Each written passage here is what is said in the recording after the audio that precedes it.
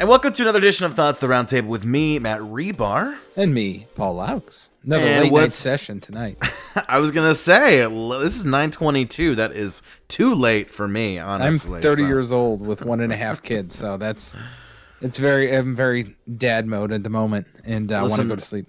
One day soon, I am not going to have to wake up at 4:45 in the mornings, and oh man, I'm going to be up till midnight, 1, 2, sleeping until 9, 10, 11. It's going to be fantastic. When I was on that shift of getting up at 3 in the morning, I didn't feel like a human being. Like, I really didn't. You go to bed at like 7 o'clock before the sun's down. It's the worst. It's the worst you feel like thing. a subhuman class. Like, you don't even feel like an orc or like a... Like, when I was getting up at 3 in the morning to go to work, I would always think to myself, like, if this were medieval times, I would 100% be an untouchable. Like, that would be me. Oh my gosh. Well, we got a special potential Matt rant alert. Let me forewarn you that I might get a little antsy tonight.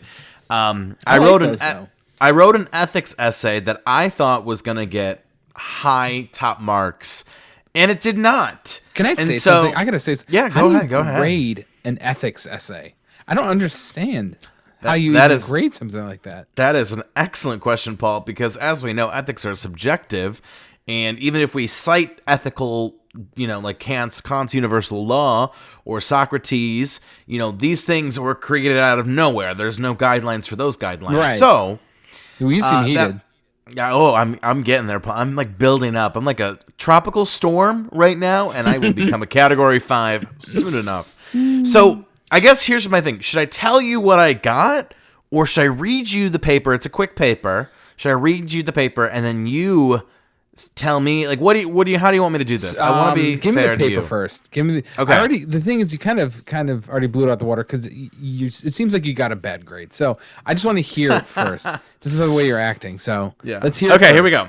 So this is the title is an examination of ethics and cancel culture. I might skim a couple sections, but you'll get the majority of the gist, okay? Now, did you have a prompt, or was this just something you came up with on your No, own? it was an ethical, we had to take an ethical thing in media, and so I wanted to look at cancel culture, so.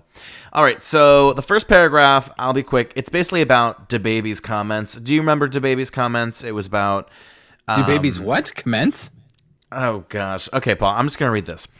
During his concert at Rolling Loud Miami on July 25th, popular contemporary rapper DaBaby made the following comments. If you didn't show up today with HIV, AIDS, or any of them deadly sexually transmitted diseases that make you die in 2 or 3 weeks, put your cell phone light in the air. Ladies, if your lower section smells like water, put your cell phone lighter up. Fellas, if you ain't sucking D in the parking lot, put your cell phone lighter up. The reaction I did hear him get in trouble for it, but I didn't know what he actually had said. That's what he said, yeah. Okay. So the reaction was immediate and condemning. Music festivals canceled him. He lost sponsorship deal. His song with Dua Lipa, was asked to be replaced with the original. Celebrities took to social media. Most of the general public followed suit, believing that DaBaby's comments regarding those with HIV/AIDS were hateful, inaccurate, and misinformed. Some defended and even agreed with DaBaby's stance. For the most part, the media reported the story and perpetuated a cancel culture around DaBaby. This leads to a rather important question. Are there ethics in cancel culture? Does the media have the right to cancel someone? Cancel culture is hard to define. Journalist Sarah Menovis writes that cancel culture is a collective desire for those in positions of power to be held responsible for their perceived wrongdoings. Journalist Pam Palmater has a sharper frame of lens. She says that cancel culture is the dog whistle term used by those in power who don't want to be held accountable for their words and actions, often related to racism, misogyny, homophobia, or the abuse or exploitation of others. Palmater argues that there is a clear distinction between cancel culture and accountability. A fair summary would be that the public wants to hold someone, such as DaBaby, accountable for their words and actions, and cancel culture is weaponized to protect DaBaby from said accountability. Ethically, what can we take away from cancel culture? If we define cancel culture as censorship, then multiple ethical issues arise. Basically, censorship is unethical, right? You're kind of. I'll admit, I can't really follow your point so far. Well, it's a whole examination. The whole idea is to cover the gambit of, cancel culture and the ethics behind it. Let me- So if we're defining cancel culture as censorship in of itself is unethical. Let me pause for a second. Yes, Kinda feel get free. let me get my bearings. Get your bearings. Do you? First of all, let me ask this: do you believe that cancel culture exists? I need to get your ideas on this. Well, as this paper will explain, I think that there's cancel culture and accountability culture. So when we as the public say, hey, we didn't like that you dropped the F word, we didn't like that you did this, for the most part, that's probably accountability culture. Cancel culture as a phrase is probably used in defense of people getting away with, okay, I said something, prejudiced, and look at the cancel culture that's around me. Because as this paper will explain, cancel culture doesn't really work. Now, was it you who said that media creates cancel culture? Did you? I disagree with that. If someone does something on stage like that, the media doesn't have to exist for people to have backlash and for them to lose things and to be quote unquote canceled. They don't. It would have happened anyway. The canceling comes from the public at large. It doesn't come from the media. Can the media expand it? I guess yes, it can. But is it the cause of it or the creator of it? No, it's not. But how did we see the story, Paul? Okay. Well, the things. Listen, is Twitter media? The media. Do you consider Twitter the media? Yes, absolutely. I did. That's where we fundamentally disagree. Twitter is not the media. It is not. And so, say that concert, people would have recorded that and blasted it all over Twitter, Instagram, Facebook, whatever. It would have exploded from there. He would have got canceled and he lost his sponsorships. And the media had nothing to do with it at all. You're taking media as news media. Correct. The way media is described for this paper and for this class, media is the culmination of news media, social media, TV, entertainment. I don't like that. I don't. But that's just the truth. I mean, that if we're defining media, it's all encompassing. That's a slippery slope, in my opinion. I just think that's a little bit of a. I mean, that can be your slippery slope, but that's the mountain. I don't know what to tell you. Anyways, continue. I just needed. No. I mean, I think you make a valid point. Is something like his comments. The public. Yeah, I think absolutely helps push the cancel culture, but I think the media. It's fuel and fuel. Well, I don't think it's fuel and matches. I think we've bastardized the term media. I really do.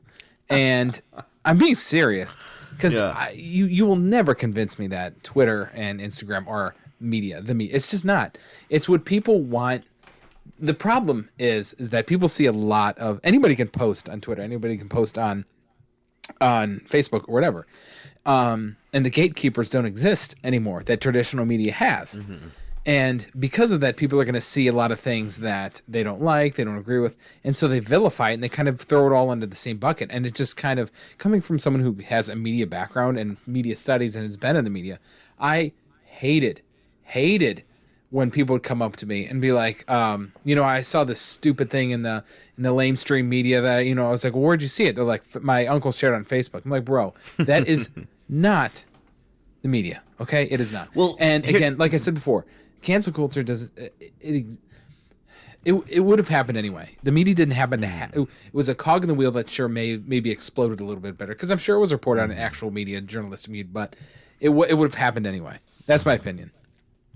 Yeah, I just think it is difficult to define media because in the last 20 years alone, what was media 25 years ago? It was TV, radio, and newspaper, right? And now we're expanding to internet, and we have the streaming, and we have social media, and so it's very large. And yeah, I do know what you mean. There are definitely different types of media, but the overarching what does media mean?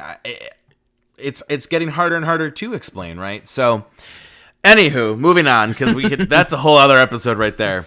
So then I basically do a whole paragraph about if cancel culture is defined as a form of accountability, the ethical guidelines support accountability. You have Mills and Kant's ethical guidelines that basically ask for what's best for a universal world. We want a world that's built on acceptance, kindness, right?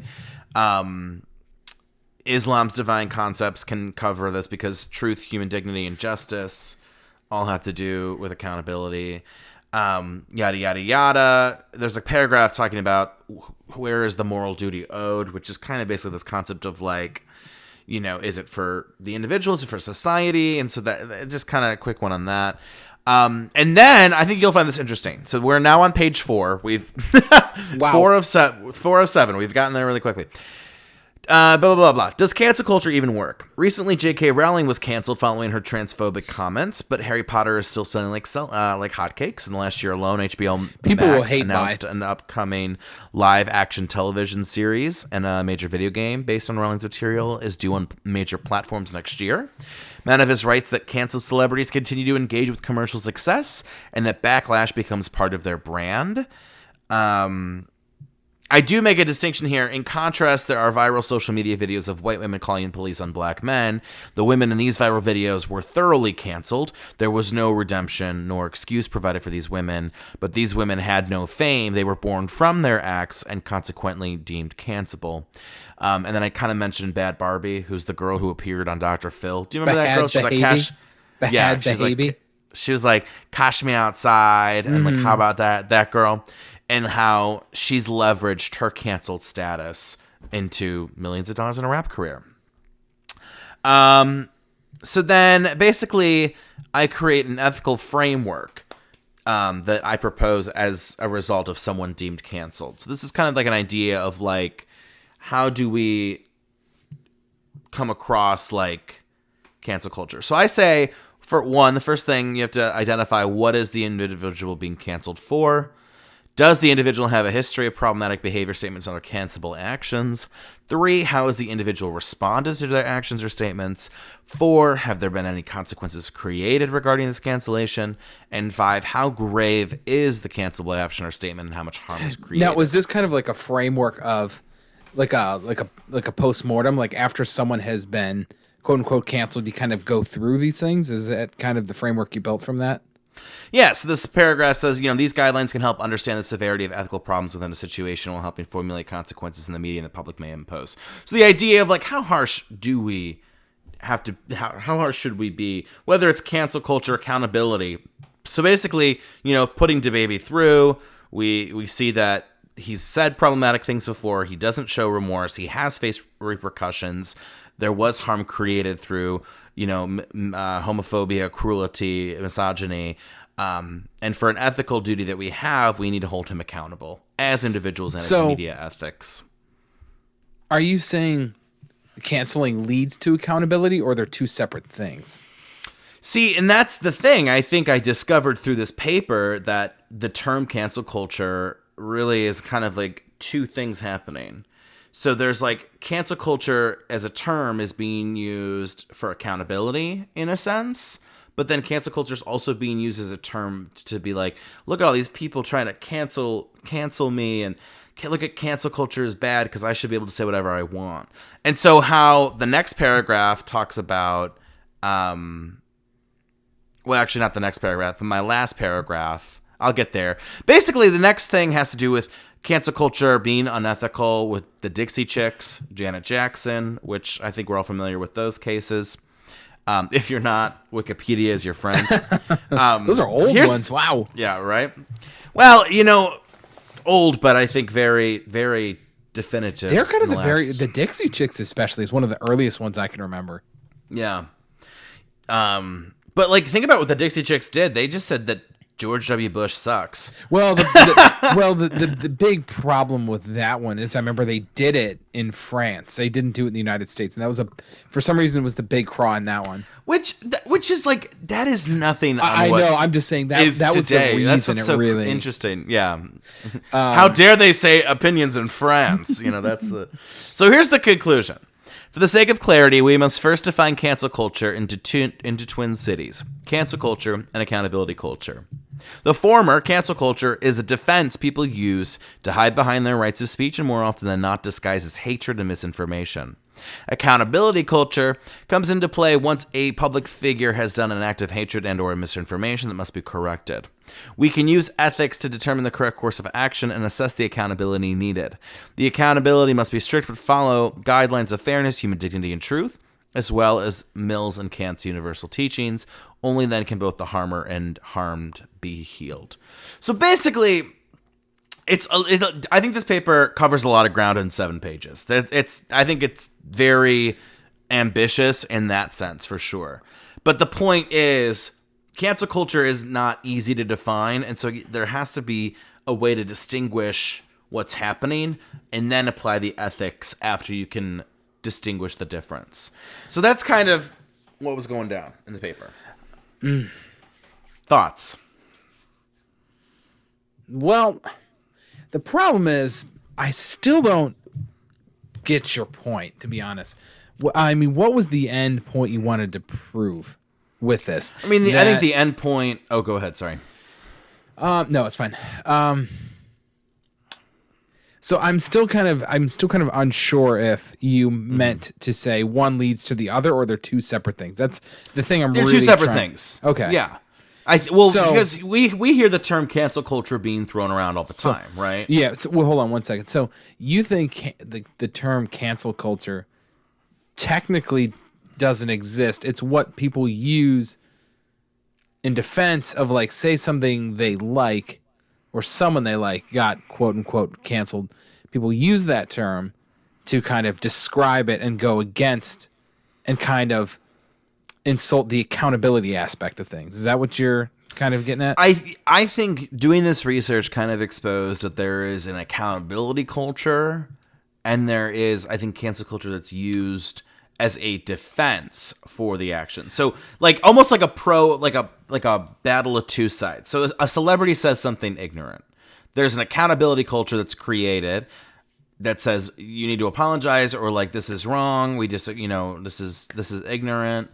And then there's this quote unquote cancel culture that the celebrity, their PR team, their defenders say, well, they just get to say whatever they want.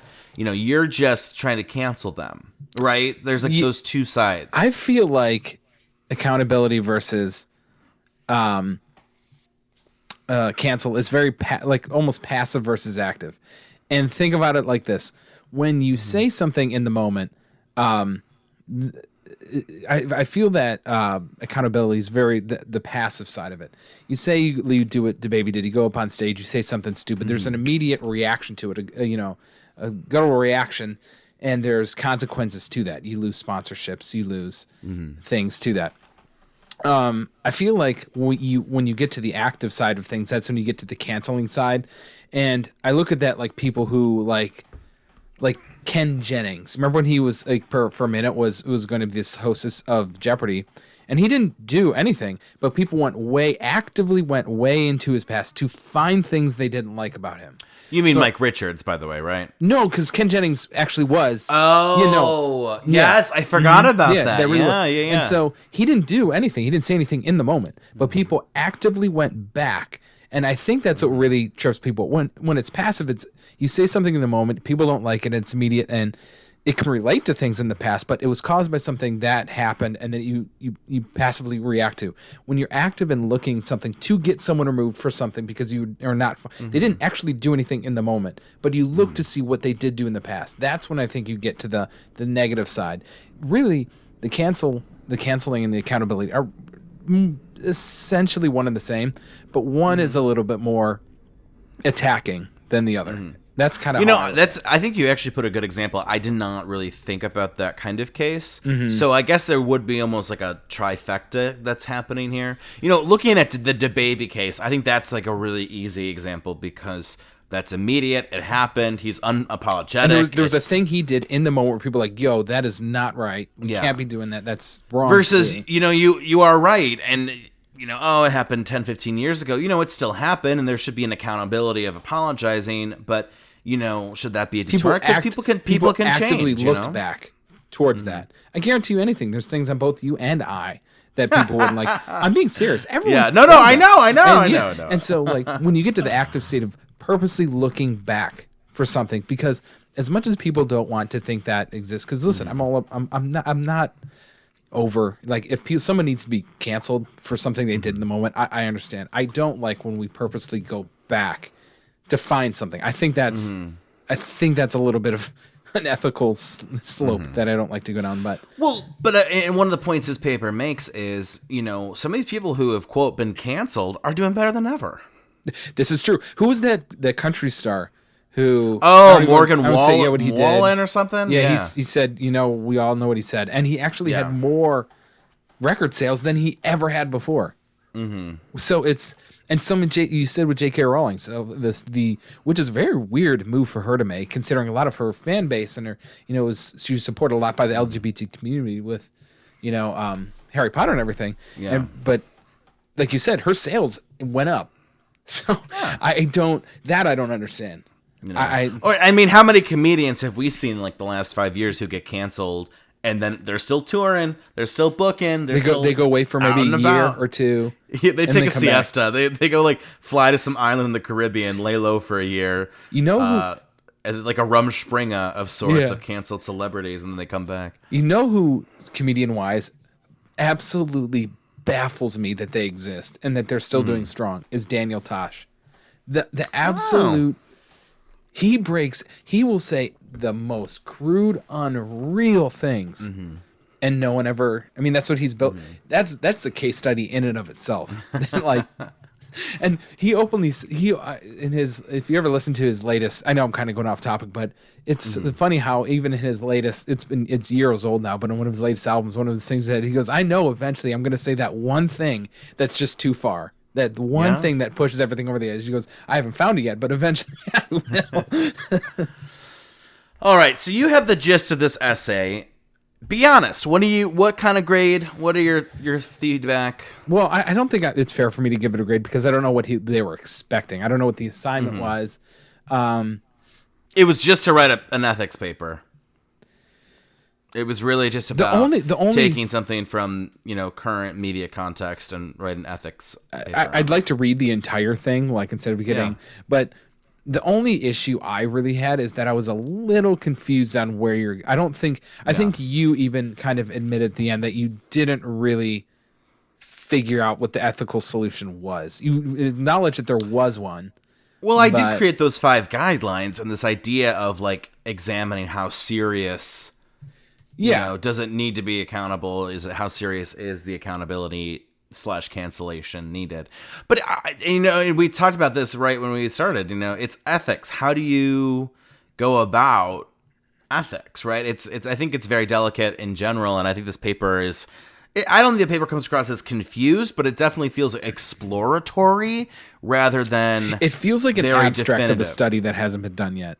Which is not a bad thing. And in the abstract, it's like, hey, this is a problem we need to look at. I don't know what's going on, but this is what I think is going on.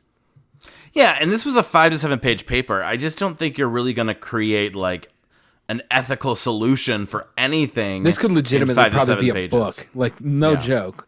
So it's kind of hard to condense it down. What was your grade, though? I'm curious.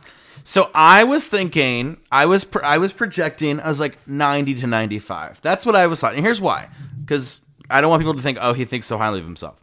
I thought it was interesting. I thought I raised a lot of points. I thought I thoroughly covered how do we define cancel culture, and through those definitions, what is or what is unethical, providing an ethical framework, right? Yeah. An 81. Ooh.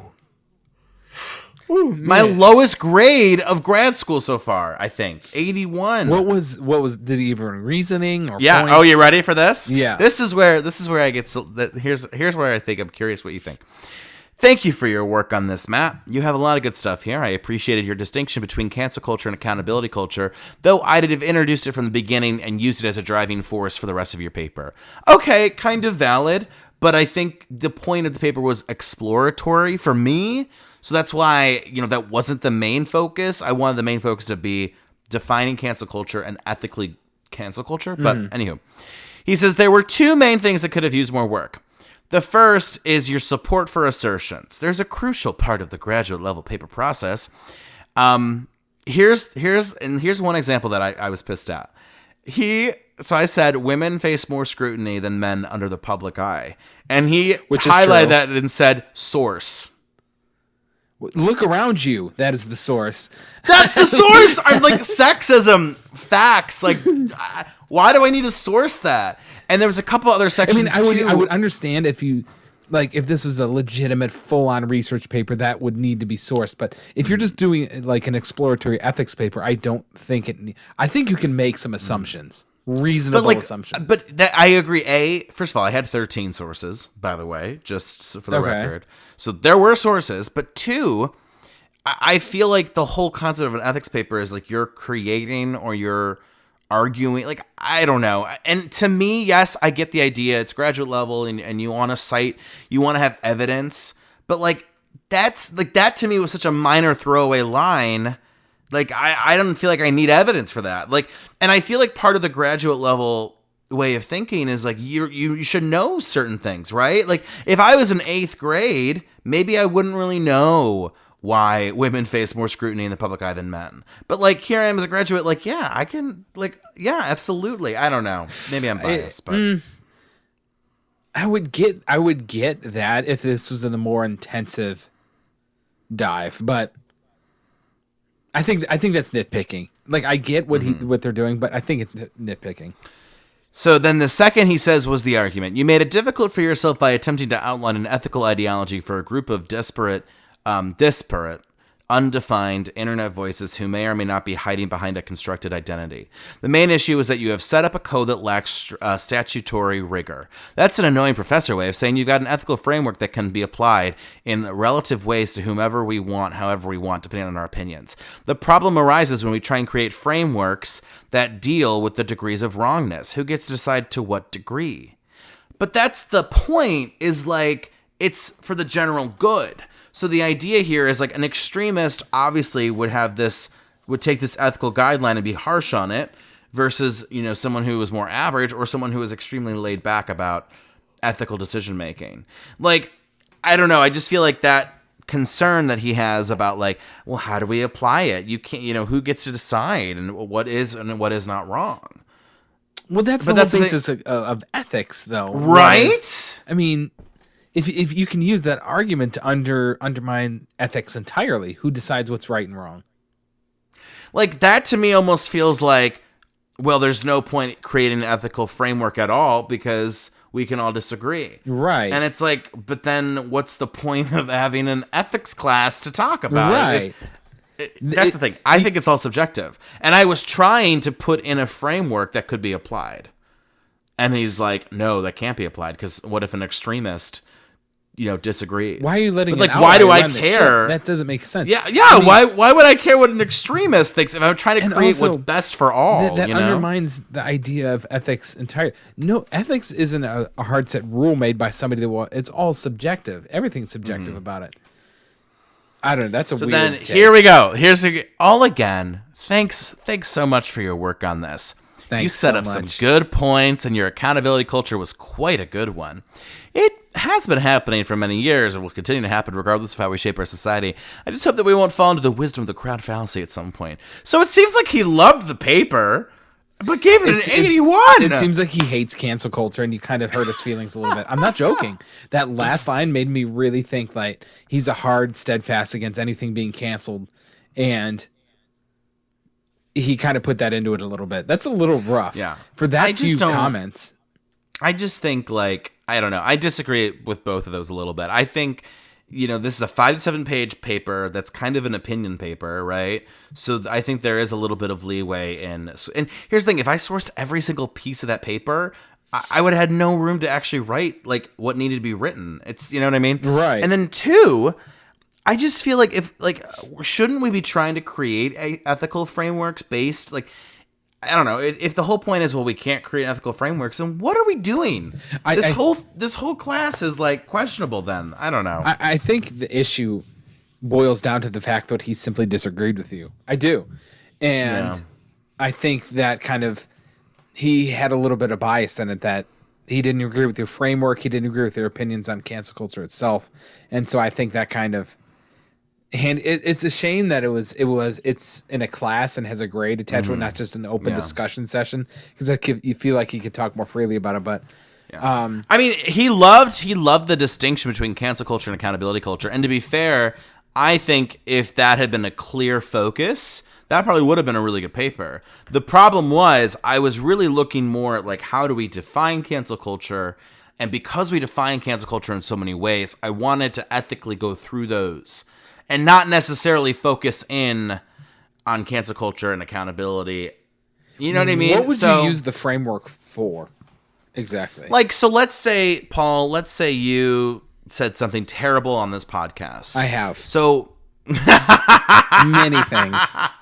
Terrible as in like prejudice, not terrible as in terrible content. We've done a lot of terrible content Plenty of on that. this podcast. Still rolling with we have 3 seasons of episodes. We have segments that How do listen. we have seasons, by the way? I still don't understand how we have seasons. It's like Rent. We're seasons of love around here. It's like 525,600 minutes of us talking about BS. Okay, so let's say, Paul, you said something terrible on the show that was prejudicial of some sort. Mm-hmm. So, 1, we'd identify why are you being canceled? Because A, you said those things. So this 2, is a postmortem, like I said before. Yeah. Okay. This is the framework being applied. We are applying my framework that my professor thinks, OMG, people might not agree to this. Okay. 2, do you have history of problematic behavior statements and other cancelable actions? Let's say no, you don't. Let's say this was kind of an oopsie whoopsie. This was kind of a mistake. Your Honor, I plead oopsie whoopsie. Does the defendant plead guilty? Your Honor, I plead oopsie whoopsie to the murder. Thank you. And then question 3, how have you responded? So this could go either way. Let's say you were like, I refuse to apologize. That to me holds I feel like this is a weight. big ass flow chart. Yeah, right. It's one of those like gossip magazines. Like, what kind of lipstick should you wear, girl? Like, this is one of those charts. That carries different weight versus, let's say you apologized. We got rid of the episode. We made a statement. We went to training together, right? Have any consequences been created? So let's say, I don't know. Let's say Katie is like, Paul, I've had enough. She kicks you out of the house because of this. Because of a podcast, I get kicked out by the wife. Man, that's one. Your wife is podcast. like, wow. Your wife is like, I can't stand that podcast. Get out. She's like, listening. This sucks, man. She's not even mad about anything I said. She goes, you were just poor at this. You need to. She's just driving to work right now. Like, listen, it's not what he says. It's just the fact that it exists right now. The fact that he is so terrible at his job, he just needs to leave. Just has to go. This podcast is an oopsie whoopsie. So look at the consequences. So the idea with the consequences is like, okay, has this person has consequences being created or not? I think that's a huge thing. You talked about like the Ken Jennings things. Okay, so he's stepped down from Jeopardy. Does that mean that he should be denied all future projects? No, I think he's had a consequence, right? That was also one of more of those active ones I was talking about. He didn't do anything actually in the moment. But anyways. And then this last one, how grave is the action or statement and how much harm does it cause? I mean, I think that really just depends on the statement. If you say something really egregious versus something that's like, I hate to say it again, an oopsie whoopsie, those also have different weights. So it's almost like we're on a scale and we're adding weight depending on like how the severity of these questions, right? The problem with the framework, the only issue I have with it is that it is very, very subjective. But that's ethics. Yeah, I mean, yes, that is true. That is true. I'm just trying to play devil's advocate. Yeah, no, go ahead. I mean, if you're, I think his point is that it's so subjective that an extremist on either end can just bastardize the entire thing, which is true. But for anything, you can do anything. You can do that with any sort of ethic principle at all. Yeah. So that, or you could take an ethic principle like Kant's universal law and say, no, the priority shouldn't be the greater good; it should be the individual. Or you can take, like there's is it soccer? Someone says, or one that I remember off the top of my head is the love each other like your neighbor. Mm-hmm. And you can easily make a loophole out of that, or you could easily put an asterisk and say within this amount of reason or within this limitation. So again, I don't think my ethical framework is perfect. I just think that okay, let's take a look in examining how we can apply ethics and like the severity of action. I mean, I think it's a solid little framework. This would be an amazing sociology study. At least you create. I'm not joking. You created the basis of a fantastic potential sociology study, and because you could easily develop like a more solid framework from this, without a doubt, without a doubt, and to be curious to like to actually see, you know, and see that's the comm strategist running through my head of all these fun things I can I can just think of, but. I'm gonna call the research. Oopsie whoopsie, a look at cancel culture. By the way, I was just reading about this the other day, and it kind of, I love to go through old communication theories and just see how they apply today. And I came across one which is like literally 2020 in a nutshell. Ooh, you've ever heard of what this? is that? The illusory truth effect. Oh man, that sounds familiar. Tell me. The illusory truth effect is when, say you believe something to be true, okay? Mm-hmm. So you say, okay, the sky is blue, okay? You know this. You know the sky's blue. You've known it for a long time. Someone comes in, media, friends, family, people you respect, and say, sky's green, sky's green, sky's green, the sky's green, over and over and over. And if you get something told into your head so many times by people you think you respect, even though you know that is false, you will begin to believe it is true. And so a lot of people are comparing that to we've all known vaccines have worked. We all know. We all know they work. They work. But people who we support, presidential candidates, whoever, you say they're fake. They don't work. They're fake. They're harmful. Even though you know in your head and in your heart that you know that's true, that they work, you will begin to believe the false information that they're actually not working. And so that is one of the many that I like to apply that I apply to, but it's true. That is interesting. Real quick, because this is an extra long, juicy ethical episode. You know what I'm really sick and tired of? I gotta be honest with you. What? Sleeves? Apparently. Tanks only on this podcast. I refuse. If this podcast ever gets sponsored, we are not being sponsored by t-shirts. I refuse. Today's show is sponsored by Sleeves. Sponsored by Nudist Bank. Anywho, I don't even know what a nudist bank is. The Spank Bank. Now that is a business I can get behind. Here's what I'm over. This makes me sound. I hope this doesn't make me sound bad. And it probably will. The cancel culture might come for me. We'll see. I'm so over those articles and those news and the social media links where it's like so and so, dies of COVID and on their deathbed said that they wish that they were vaccinated or blah, blah. I am so over those. Do you know what I'm talking about? Yeah, because it feels clickbaity. It does. It just feels like I see it every day. It's like another person is like, I wish I would have had the vaccine. But then again, you and I were vaccinated. We did our responsible, ethical thing. It depends where the person who wrote it is coming from. Are they coming from the point of they want to really demonstrate that people legitimately do change their minds when it's too late? Or are they trying to just be fantastical with things? I think you have to kind of read between the lines with those kind of things and be like, okay, what is their intention with this? Are they just trying to get people to read it and some story? Or are they actually trying to convey some sort of message and create change? Depends. Yeah. And that's why media literacy is important, and not a lot of people have that, unfortunately. So there you go. Paul, this is why I love doing this podcast with you. Ooh, it's spicy. I love it. Spicy like adobo peppers. Like adobo. Get out of here. That wraps up another podcast. Totally. You know what, Paul? What? I hate to say it again. Oopsie whoopsie did not record this, so there will be no video of this episode. Doesn't so I matter. apologize. It's 10 o'clock at night. For those two people who love watching the YouTube versions of this show, you're not getting it this week. Audio only. It's an audio exclusive. Audio exclusive podcast. The stupidest thing I've ever heard in my life. Dumbest thing ever. I'm going to audio hell for that one. That is audio only podcast. I hate you so much sometimes. Honestly. Listen, I have this new podcast that's audio exclusive. Our new audio exclusive pod. It would have been even better if it was video exclusive podcast.